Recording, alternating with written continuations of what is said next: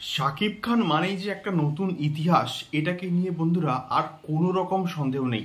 শাকিব খান মানে যে একটা নতুন নতুন রেকর্ড সৃষ্টি, এটাকে নিয়ে আর কোনো রকম সন্দেহ নেই। শাকিব খান মানে যে একটা আলাদাই লেভেলের একটা হিস্ট্রি ক্রিয়েট করবে, এটাকে নিয়ে বস আর কোনো রকম সন্দেহ নেই। সো হ্যালো গাইজ, আমি Deep and welcome back to my channel. So এখন আমি এই ভিডিওর মধ্যে বেসিক্যালি কথা বলবো শাকিব খানকে নিয়ে এবং তুফানকে নিয়ে, এবং আমি জাস্ট একটাই কথা ভাবছি যে তুফান আর কত হিস্ট্রি ক্রিয়েট করবে, তুফান আর কত রেকর্ড সৃষ্টি করবে। এটা জাস্ট আমি ভাবছি, মানে মানে অবাক হচ্ছি রীতিমতো। প্রত্যেকটা দিন তুফান কিছু না কিছু একটা রেকর্ড সৃষ্টি করছেই, এবং আজকের যে রেকর্ডটাকে নিয়ে আমি এই পার্টিকুলার ভিডিওর মধ্যে কথা বলবো সেটা একটা হিউজ লেভেলের রেকর্ড, এবং এই রকমের রেকর্ড ইতিহাসে প্রিভিয়াসলি হয়েছে কিনা আমার সত্যি বলতে জানা নেই। তো তুফানের যে টিজার, সেই টিজারটা ইতিমধ্যে ওয়ার্ল্ড ওয়াইড সাড়া ফেলে দিয়েছে। প্রচুর মানুষ দেখেছে, প্রচুর রিয়াকশনস এসছে আমাদের বাংলাদেশ থেকে, ইন্ডিয়া থেকে, পাকিস্তান থেকে, ওয়ার্ল্ড ওয়াইড প্রচুর কিন্তু মোটামুটি রিয়াকশনস ভিডিও কিন্তু এসছে এবং রিভিউ কিন্তু এসছে।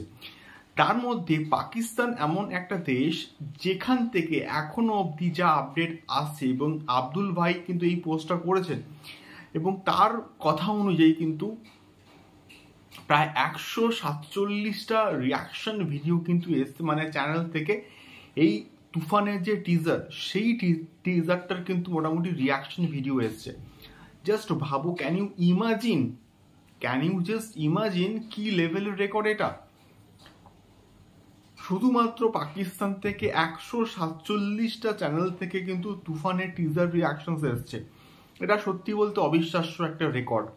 মানে এই রেকর্ড ইতিহাসে বাংলাদেশি কোনো টিজার করেছে কিনা আমার সত্যি বলতে জানি, এবং এই টিজারটা সত্যি ট্রিমেন্ডাস হয়েছে, মারাত্মক লেভেলের হয়েছে, এটাকে নিয়ে তো কোনো রকম সন্দেহ নেই। তাই এই টিজারটা ওয়ার্ল্ড ওয়াইড বিশ্বব্যাপী একটা দাপটের সঙ্গে কিন্তু ভিউজ পাচ্ছে, এবং এখনো অবধি প্রত্যেকটা দিন টিজারটা কিন্তু প্রচুর কিন্তু ভিউজ পাচ্ছে, এবং তুফানের হাইপটা কন্টিনিউয়াসলি কিন্তু বাড়ছে ডে বাই ডে।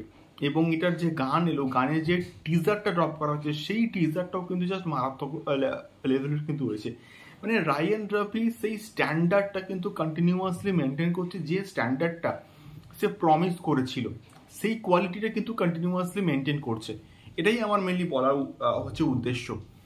সো এটাই ছিল আমার মেনলি একটা ভিডিও, তো তোমাদের এই বিষয়টা সঙ্গে হচ্ছে শেয়ার করার ছিল। তোমাদের কি ফিডব্যাক অবশ্যই জানিও কমেন্টস করে।